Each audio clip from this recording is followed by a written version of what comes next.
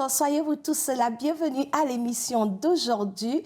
Alors, si tu nous regardes pour la première fois, je te souhaite la bienvenue au milieu de la communauté Femmes éveillées. C'est pour moi une joie de faire ces émissions. Et cette semaine, excusez le gros sourire, j'étais juste en train de me rappeler d'une situation.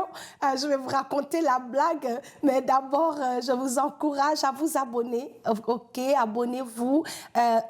Cliquez la petite cloche de notification pour ne pas rater nos vidéos. Et puis, si vous avez des questions, des commentaires, écrivez-nous. C'est vraiment une joie et un plaisir pour nous de vous répondre, de vous lire. Dites-nous de là, vous nous regardez, OK? Voilà, soyez bénis. Nous allons commencer. Et excusez vraiment la joie qui déborde. J'étais en train de partager avec Richard le dernier coup de mon fils Philippe Michael. Il a 6 ans. Et la semaine dernière, lors de notre étude biblique, on a appris quelques proverbes. Et l'un des proverbes où je mettais vraiment l'accent, c'était l'importance du travail. Je leur disais que Dieu n'encourage pas la paresse. Et j'ai lu 2 ou 3 autres proverbes. À la fin de notre étude biblique, je demande à tout le monde ce qui les a plus marqués, quelles paroles ils vont retenir pour cette semaine et tout. Pendant que je fais le tour, je vous assure, et je n'ai même pas essayé de simplifier les choses, j'ai juste lu la Bible telle qu'elle était et j'ai laissé tout le monde vraiment retenir quelque chose sur cette étude biblique-là. Et là, mon fils de 6 ans, il prend la parole et dit, maman, moi, ce qui m'a vraiment plu dans cette étude biblique, c'est que l'homme qui a trouvé la femme a trouvé le bonheur. J'ai dit, hé, Mike, et je lui ai dit, oh, Jésus. Je lui ai dit, Philippe Michael, en quoi ce proverbe-là t'a parlé? On a parlé de paresse, que la Bible dit que celui qui méprise la connaissance est un insensé. Des bons versets comme ça, tu as laissé tout ça. C'est que celui qui a trouvé une femme a trouvé le bonheur. Je dis que, ok, c'est bien, tu as retenu un verset, mais en quoi ce verset-là, en quoi ce verset te concerne? Qu'est-ce qui fait que c'est le verset qui t'a le plus parlé? Il dit, lui, il veut trouver le bonheur. Il dit, maman, c'est quand que moi je vais trouver une femme? C'est quand que lui va trouver le bonheur? J'ai dit, Jésus, aide-moi. En tout cas, vraiment, s'il y a des hommes qui nous regardent, voilà un enfant de 6 ans qui a la révélation que l'homme qui a trouvé une femme a trouvé le bonheur. Mon frère, si tu es célibataire, la cherche le bonheur, trouve une femme, épouse la pauvre fille que tu gardes dans la maison en concubinage. Parce que Philippe Michael, 6 ans, il a compris que le bonheur véritable, c'est quand tu trouves une femme. Il a eu la révélation. Donc, c'était juste pour vous faire rire. Soyez bénis. Alors, l'émission d'aujourd'hui, je vais nous parler de prudence. Alléluia, je vais nous parler de prudence. J'ai médité sur un verset très, très simple. Cette semaine, j'ai fait l'étude biblique avec les garçons et on faisait le parcours de la naissance de Jésus. Et quelque chose a captivé notre attention, ok? Je vais paraphraser la petite histoire pour ne pas trop prendre le temps. Cette histoire, vous allez lire ça dans le livre de Luc, dans les évangiles. Mais j'ai choisi de prendre le livre de Matthieu. Matthieu chapitre 2 à partir du verset 13 à 14. Je vais lire rapidement. Lorsqu'ils furent partis, voici un ange du Seigneur apparut en songe à Joseph et dit, lève-toi, prends le petit enfant et sa mère, fuis en Égypte et reste-y jusqu'à ce que je te parle, car Hérode cherchera le petit enfant pour le faire périr. Joseph se leva, prit de nu le petit enfant et sa mère et se retira en Égypte. Il y resta jusqu'à la mort d'Hérode, afin que s'accomplisse ce que le Seigneur avait annoncé par les prophètes. Je bénis la parole de Dieu. Alors, le contexte de cette petite histoire ici, c'est vraiment ce qui se passe au cours de la naissance de Jésus, le Fils de Dieu. Les rois mages avaient vu l'étoile qui brillait et ils ont suivi l'étoile et dans leur chemin pour rencontrer l'étoile, ils se sont arrêtés chez le roi et ils ont dit au roi vraiment ce qu'ils avaient vu. Et le roi Hérode a entendu la nouvelle, il a entendu qu'il y avait un roi qui devait venir et que c'était un petit enfant, il s'est dit, ah, donc quelqu'un veut m'enlever du trône. Il s'est dit, je vais finir le petit. Il dit au roi mage, allez-y, revenez vers moi lorsque vous allez trouver le petit. Moi-même, je vais venir l'adorer. Mais c'était un mensonge. Il planifiait de l'éliminer, ok? Et les rois mages, le Seigneur les a parlé ensemble, il leur a dit, ne repartez plus chez Hérode. Continuez votre chemin, ok? Et là, et le roi Hérode, dans la frustration, a commencé vraiment comment dirais-je, à paniquer, à chercher à faire mourir Jésus. Et la Bible déclare qu'ils ont tué les enfants, des bébés jusqu'à la hauteur des enfants de 2 ans, juste pour pouvoir éliminer Jésus.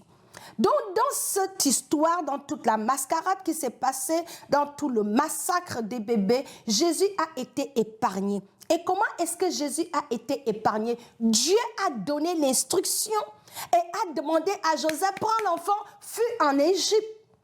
Et ça a tiqué mon attention. Vous savez, le Saint-Esprit, lorsqu'il veut nous enseigner quelque chose, il prend le temps. Parce que moi, là, dans mon esprit, je sais que quand Moïse était né, c'est en Égypte. Pharaon avait aussi tué les bébés. Donc, l'Égypte n'est pas l'endroit où il faut partir quand c'est chaud. Mais là, Dieu dit non, prends Jésus, fuis avec l'enfant, allez-y chez Hérode. Et qu'est-ce qui a encore tiqué mon attention? Je parlais à les enfants. Je réalise que Dieu est Dieu. Il aurait pu dire à Marie, restez ici, je vais me charger d'Hérode. Parce que Jésus, c'est le Fils de Dieu. On n'a pas affaire à un bébé ordinaire ici. Ça, c'est l'envoyé, le Messie. Mais Dieu donne l'instruction et dit, fuyez en Égypte. J'ai dit, ah. Jésus fuit. Dieu dit, fuyez en Égypte. Jusqu'à ce que Hérode meure. Gardez cette pensée. Deuxième verset et le dernier verset. Nous allons lire Proverbes chapitre 22, verset 3. La Bible dit, l'homme prudent voit le mal et se cache. Mais les simples, les insensés, avancent et sont punis. Une autre version dit, l'homme prudent voit le mal et se cache, mais les simples avancent et en subissent les conséquences. Donc, pendant que j'étais en train de méditer là-dessus pour élaborer et sortir vraiment des leçons pour mes enfants, j'ai vu que Dieu nous appelle à la prudence. Parce que 2 fois, nous les chrétiens, c'est vrai que Dieu nous a donné le pouvoir sur toutes choses. Nous avons l'autorité à cause du nom de Jésus. Mais malgré cette autorité-là, le fait que nous soyons enfants de Dieu et que nous pouvons triompher parce que Dieu est avec nous, Dieu nous appelle à la vigilance, il nous appelle à la prudence. Je ne sais pas pour vous, il y a des situations qui arrivent dans la vie. Tu vois que c'est chaud. Il y a peut-être un gros palabre dans la famille. Et que Dieu t'a dit, reste à la maison, ne t'en mêle pas. Mais tu te dis, ah, c'est toi la toute-puissante chrétienne, tu peux gérer ça. Sans entendre l'instruction de Dieu, tu vas te lancer, l'histoire termine, ça retombe sur ta tête. L'homme prudent voit le danger et se cache. Le fait de se cacher 2 fois des situations compliquées, notre retraite ne signifie pas la peur. Notre retraite ne signifie pas la défaite. Lorsque nous nous retirons face aux événements compliqués, face à la menace, face aux circonstances, dans l'incertitude, dans les situations de turbulence, lorsque nous nous retirons, ce n'est pas signe de faiblesse, ce n'est pas signe de défaite. 2 fois se retirer devant un combat, c'est ce qu'il faut faire. Parce que c'est de la sagesse. Dieu appelle cela la sagesse. Parce que je me suis dit, si Dieu lui-même qui est Dieu s'est tiré d'une affaire compliquée, il est allé se cacher. Jésus est le Fils de Dieu. Si Jésus, Fils de Dieu, lorsqu'il y a eu un défi, une situation où sa vie était menacée, est allé se cacher, en plus forte raison, toi et moi, il y a des victoires que Dieu veut remporter dans notre vie. Mais pour que Dieu remporte cette victoire-là dans ta vie sans que tu ne mènes le combat, sans que tu ne sois mêlé, sans que ton intégrité ne soit menacée, 2 fois, la meilleure solution, c'est de se cacher et de laisser Dieu mener le combat. Lorsque Dieu apparaît à Joseph et dit à Joseph, prends l'enfant, prends Marie, allez-y vous cacher, il devait se charger d'Hérode. Il a dit, ne revenez pas tant que les choses ne sont pas dans l'ordre. Tu es dans une situation de tension, de dispute. Au lieu d'ajouter le feu, de rester là. Deux fois, aller te cacher, te faire oublier pour un moment, peut être la méthode la plus efficace, la meilleure décision que tu peux prendre pour sortir d'affaires. Mais le fait de vouloir aller prouver, aller montrer que c'est toi, ma soeur, mon frère, ça peut nous amener dans des problèmes plus compliqués. La vie de Jésus était menacée. Il aurait pu rester en Nazareth, à Bethléem, tranquillement. Pourquoi se cacher? Jésus est Dieu. Et Dieu, on dit qu'il est tout puissant. Il n'y a aucune puissance au-dessus de Dieu. Mais voilà, Dieu tout puissant dans sa puissance a dit, allez-y vous cacher. Et ça a capté mon attention. Je dis, waouh, Seigneur, quelle belle leçon de sagesse. Et il y a 3 leçons que j'ai retirées dans cette histoire, parce que tu me dis, FIFA, en quoi cette histoire est applicable à ma vie? Très bien. Cette histoire est très applicable à notre vie, parce que nous aussi, tout comme Jésus, nos vies sont menacées. Les combats, c'est tous les jours. Tu es combattu au travail, tu es combattu dans le foyer, tu es combattu à l'école, tu es combattu à l'église. Le diable n'est pas en vacances. Il nous attaque partout, à tous les niveaux. Mais il y a certains combats où ce ne sera pas, Dieu ne va pas nous demander de prendre l'autorité. Il y a certains combats où Dieu va te dire, va te cacher d'abord et laisse-moi gérer ce combat-là. Donc ça, c'est remporter la victoire dans un combat sans combattre. Le Seigneur dit, toi, reste tranquille, toi, regarde seulement. Ce combat est à moi la délivrance, à moi la vengeance. Mais nous, tous les combats, on veut gérer. Donc, la sagesse ici, c'est lorsque c'est chaud, lorsque il y a un tumulte, comment on dirait-je, lorsqu'il y a des tensions autour de nous, c'est bien de consulter Dieu. C'est bien d'attendre ce que Dieu dit. Au lieu de se précipiter comme un insensé dedans et payer les conséquences.